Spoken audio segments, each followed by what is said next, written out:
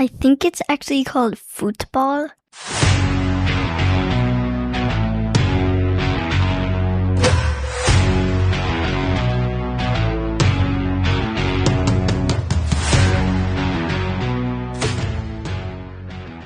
Welcome to the Family Sports Trivia Podcast. We are your hosts, Theo and Joanna.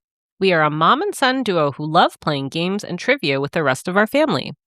Each episode consists of 2 rounds of sports trivia, and you can follow along at home or in the car. Let's get to it. This episode is all about the rules of soccer. If you have ever thought about being a soccer referee, this is the episode for you. Our contestants will alternate questions, and we encourage those of you following along to either play adult versus kid or combine your powers to try to beat our contestants' total scores. The first round has questions worth 1 point each, and the second round has questions worth 2 points each. Today's contestants are some special guests and our friends. They are Mom, Krista, and son, Max.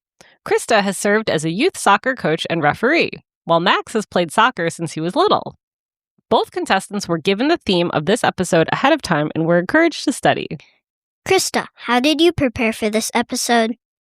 I watched the last few World Cup games that were before my bedtime. Max, how did you prepare for this episode? I didn't really prepare at all. Well, hopefully that's enough. For today's episode, we will be describing to our contestants a hypothetical soccer situation and asking them, what's the ruling? Question 1 is for Krista. A goalkeeper catches the ball with her hands and then accidentally drops it into her own net. What's the ruling? Is it A, a goal, B, corner kick, C, a goal kick, or D, retake?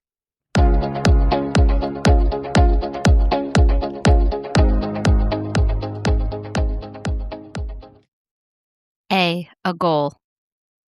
That is incorrect. The correct answer is C, a goal kick. A team cannot score an own goal directly from restarting play with possessions from their own hands. So I started too hard. No, that's one I should know. I feel like we called that one wrong. I thought you were right. Question 2 is for Max. A player takes a penalty kick. The ball hits the post and bounces straight back to the kicker, who then scores. What's the ruling? Is it A, the goal counts, B, an indirect free kick for the defense, C, retake the penalty, or D, corner kick? The goal count. The goal counts. That is incorrect. So the correct answer is B, an indirect free kick. The kicker cannot touch the ball again until another player touches it. Question 3 is for Krista. A shot is headed into the net, but a fan who ran onto the field touches the ball just before it crosses the goal line. What's the ruling? Is it A, a goal, B, an automatic red card to the nearest defender, C, a penalty kick, or D, no goal, just a dropped ball?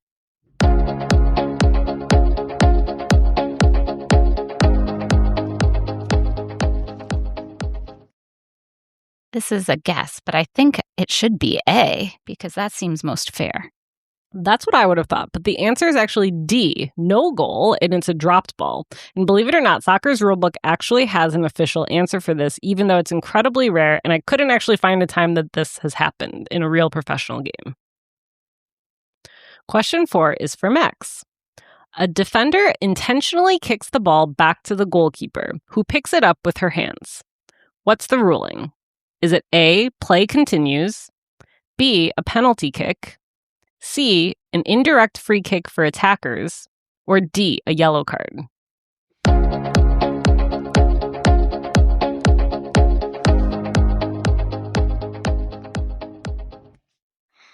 B. That is incorrect. The correct answer is C, an indirect free kick. This is called a back pass violation, and it is an indirect free kick from the exact spot when the goalkeeper handled the ball. Question 5 is for Krista. An attacker has a clear path to goal when the last defender trips her just outside the penalty area. What's the ruling? Is it A, a red card and direct free kick, B, a yellow card and a free kick, C, a penalty kick, or D, you play on?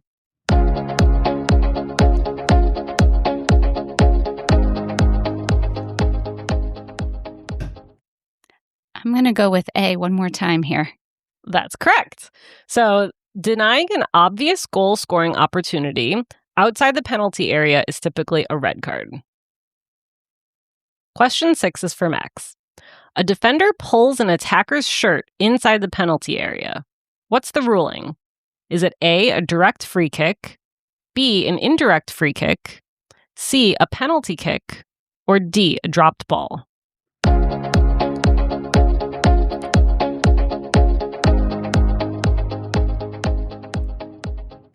C. That's correct. It's a penalty kick. Because holding is a continuous foul, this ruling applies even if the shirt pull began outside the box but continued as the player entered the penalty area. Question 7 is for Krista. An attacker is exactly even with the second-to-last defender when the pass is made. What's the ruling? Is it A, offside, B, a VAR review, C, an indirect free kick, or D, play continues?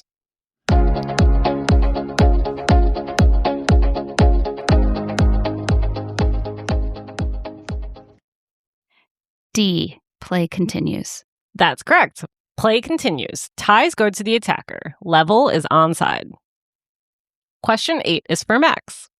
An attacker accidentally handles the ball and it immediately bounces into the goal. What's the ruling? Is it A, the goal counts, B, no goal, C, retake, or D, corner kick?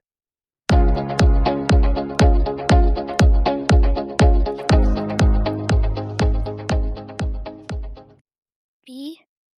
That's correct. Yeah, it's no goal. An attacking handball that directly leads to a goal cannot stand. Question 9 goes to Krista. A player takes a corner kick. A strong wind blows the ball back toward her before anyone else touches it. She kicks it again. What's the ruling? Is it A, play on, B, indirect free kick for the defense, C, retake the corner, or D, penalty kick?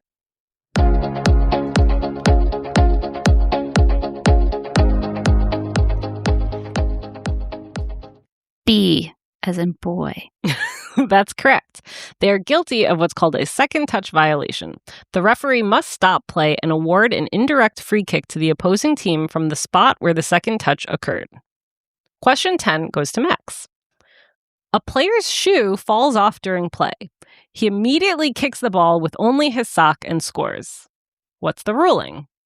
Is it A, the goal counts, B, no goal, C, a yellow card, or D, an indirect free kick?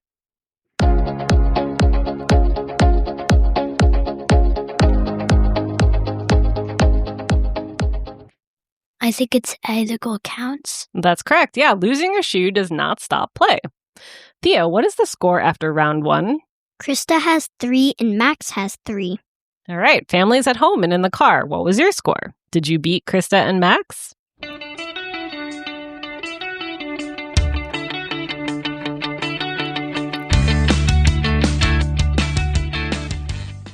Before we get into round 2, our next segment is called the Sports Stat Corner, where we explain a sports stat related to our episode. Today's stat is offsides, one of the most confusing rules in sports, but also one of the most important. A player is offside if they're closer to the opponent's goal than both the ball and the second to last defender when a teammate passes the ball to them, and then they become involved in the play. That sounds complicated, but here's an easier way to think about it. You can't camp out behind the defense waiting for an easy pass. Without the offside rule, teams could simply leave a striker next to the goal for the entire match. Defenders would have to stay back with them, stretching the field and making the game much less strategic. Offside forces attackers to time their runs and rewards teamwork instead of simply waiting near the goal. Here's a fun fact. You don't have to touch the ball to be offside. If you're standing in an offside position and blocking the goalkeeper's view or interfering with the defender, you can still be called offside. However, being in an offside position isn't illegal by itself. You're only penalized if you become involved in active play. During the 2022 FIFA World Cup, new semi-automated offside technology used multiple cameras and sensors inside the match ball to track players' positions almost instantly. Several goals were disallowed because a player's shoulder, knee, or even toe was just inches beyond the defender. One of the biggest examples came when Argentina men's national football team had 3 first-half goals ruled offside against Saudi Arabia men's national football team. Instead of taking a commanding lead, Argentina lost the match 2-1 in one of the biggest upsets in World Cup history. Defenders don't just react to attackers, they actually use the offside rule as a weapon. Just before a pass is made, defenders sometimes all step forward together, hoping the attacker doesn't notice. If the attacker leaves a split second too early, they're offside. This tactic is called the offside trap, and some of the world's best defensive teams have built their entire strategy around it. At the professional level, the difference between a legal goal and an offside call can be less than the length of a soccer ball. Modern technology can detect tiny differences in body position that are impossible for the human eye to judge in real time. That's why offside remains one of the most debated and fascinating rules in soccer. It combines speed, timing, teamwork, and precision in a way that almost no other sport does. Join us next episode for our next Sports Stat Corner.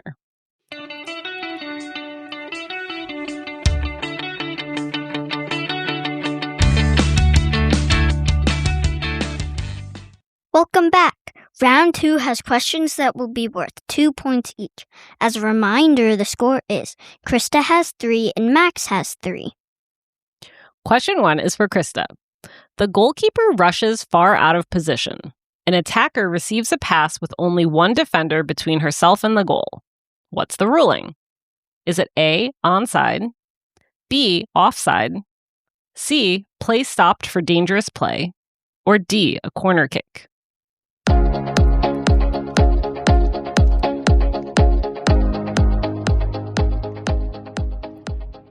I can't remember which letter, but I think it's onside. Was that A? That was A. The correct answer is B, offside. So the rule is based on the second to last opponent, not necessarily the goalkeeper. Question 2 is for Max. A goalkeeper takes a goal kick directly to a teammate standing beyond all the defenders. What's the ruling? Is it A, offside, B, an indirect free kick, C, retake the goal kick, or D, play continues? I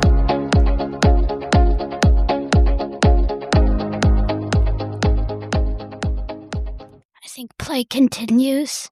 That's correct.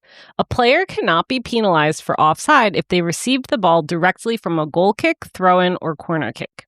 Even if the teammate was standing completely behind the last defender when the goalkeeper struck the ball, they are allowed to control the ball and continue play. Question 3 is for Krista. A defender accidentally kicks the ball directly into her own goal from a throw-in. What's the ruling? Is it A, an own goal, B, a goal kick, C, a corner kick, or D, retake the throw-in?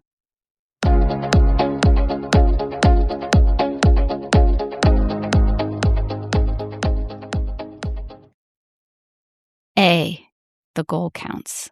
That's correct. Because the defender kicks the ball after the throw-in, it will count. It will count as an own goal. Question 4 is for Max. A pass hits the referee and bounces directly to an attacker who suddenly has a breakaway. What's the ruling? Is it A, play on, B, dropped ball, C, indirect free kick, or D, offside?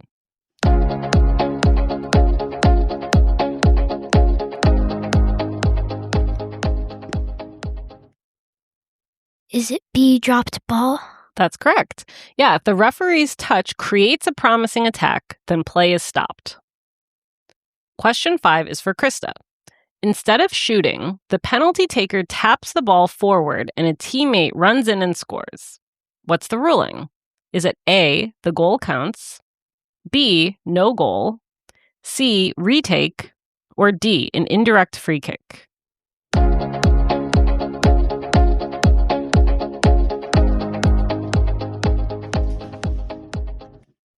I think it's B, no goal. So I have it's A, the goal counts, because it's legal if the ball moves forward and the teammate stays outside the penalty area until the kick is taken. All right, question 6 is for Max. A player launches a throw-in directly into the opponent's goal without anyone touching it. What's the ruling? Is it A, the goal counts, B, a goal kick, C, a corner kick, or D, retake?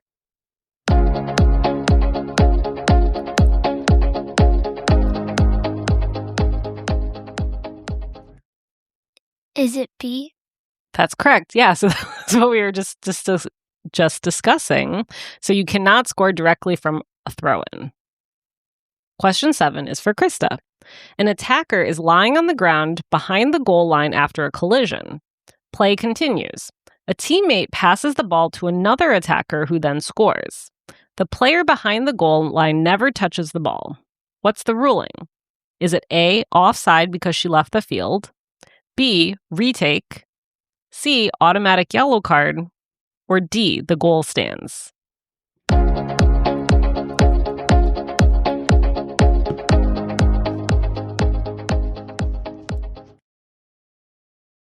I don't know the answer. Maybe D, the goal stands? Yes, so the goal stands because, as we were saying earlier with offsides, so a player who accidentally leaves the field are often still considered to be on the goal line for offside purposes, but since she didn't interfere with the play, there's no offense, so the goal stands. Question 8 is for Max. A substitute runs onto the field during a promising attack and accidentally blocks a defender from reaching the ball. What's the ruling? Is it A, play continues, B, a dropped ball, C, a direct free kick or penalty for the opponents, or D, a yellow card only?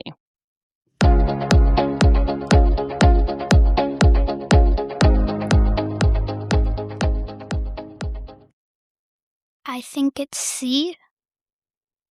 That's correct. It's a direct free kick. Because the substitute interfered with play and stopped a promising attack, the referee must stop the match, show the substitute a red card, and award a direct free kick, or penalty, to the opposing team at the exact spot where the interference occurred. Question 9 is for Krista. An attacker is in an offside position when a teammate plays the ball. Before the attacker can touch it, a defender recklessly trips them. What's the ruling? Is it A, offside first, indirect free kick, B, foul first, direct free kick, C, a penalty kick, or D, play on?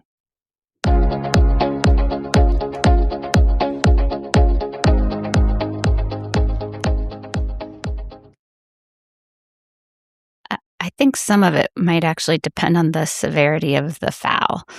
But if it wasn't a minor one, I think D, play on. Meaning, like, you think they cancel each other out? Well, if they're in offside position and then they got tripped, so they no longer got the ball, and it was a minor trip, and the ref was waiting to see advantage, and nothing really happened as a result of it. You know, they're just off to the side, and it didn't disrupt the play. I think it might be a D, but your face tells me otherwise. Well, my sources say that it would be offside first, since the attacker became involved in an act of play from an offside position. So the offside offense is penalized before the foul. But if the defender's actions were violent, then completely independent of the offside, then you could still have disciplinary action. But I don't know. That's what I thought, like, it would be offside first. But I guess you're saying, like, the refs can definitely be more... They have more choice in how they would proceed. I think the hardest thing for me on offsides is what counts as being a part of the play. If you're not the one who touches the ball and you're just around, what counts as interrupting the play. But if this player got the ball, then they probably call offsides. Should we award Krista a point for explaining this so thoroughly? Because I don't really understand it. I would give her half of it since... So 1 point? Yeah, one. Yeah, we'll give Krista 1 point for that because I think her explanation, and I think that she's probably right, that the ref may still just let them play on if that happens. All right. And our final question is for Max.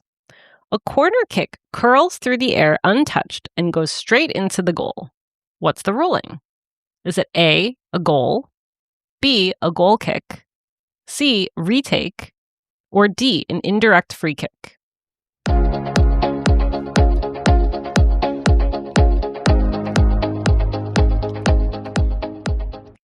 I think it's A. That's correct. So unlike a throw-in, you can score directly from a corner kick. Well, thank you so much to our contestants. Theo, what was the final score?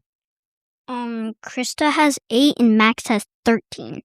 Wow, congratulations, Max. And so until the next episode, or until the next time you two face off again, you have bragging rights in your home. Congratulations. And Max has also tied the guest high score, which, if you listen to episode 22, one of our guests also got 13.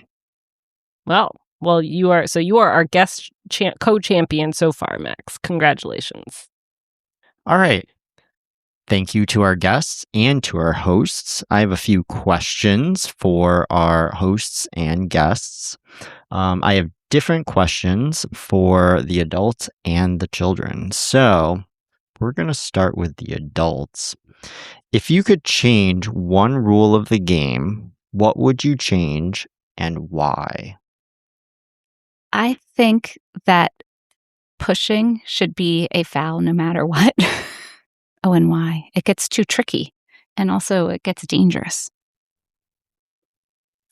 I agree with Krista, because I don't think I know enough about the soccer rules to know what should change. So I trust Krista. Question number 2 for the kids. If you won a winning goal in the World Cup game, what would your celebration be? Max, would you like to go first? I'd probably just walk off of the field. Mic drop. Very nice. And Theo, if you won a winning goal in a World Cup game, what would your celebration be? Slide and then just walk away. Go home. You just go straight home? Go to your car, get in, and go home? Mhm. I like it. Get a cab. All right. Our next question is, I guess, mainly for our guest, Krista. What is the hardest part of the game to ref? Like, what rules or parts of the game are hardest to ref? The kids are chanting offsides, and I think they are probably right. It gets easier if you have a really good line judge, like Chad has served as a very solid sideline ref before, and that is helpful. But to see the angles correctly, it's hard to tell. I would definitely agree. The more eyes you have on the game, the not easier, but it simplifies it a little bit. And I guess my other question for Joanna is, what are your thoughts on flopping? Well, I've been watching the World Cup, and it is very confusing to me because these players all act like they were fouled egregiously, and then they pop right back up. And then sometimes they're given a yellow card for flopping, and sometimes they're not. So I don't really understand. There doesn't seem to be consistency with this, and so I don't really know what the answer should be. I mean, it seems like obviously they shouldn't be flopping just to get, I guess the rule as it stands is like you're not allowed to flop just for flopping's sake because it wastes time and it I don't know. But sometimes it looks like they're really hurt, and I don't know how they can tell the difference other than when nothing's called they have to pop back up. So I don't know.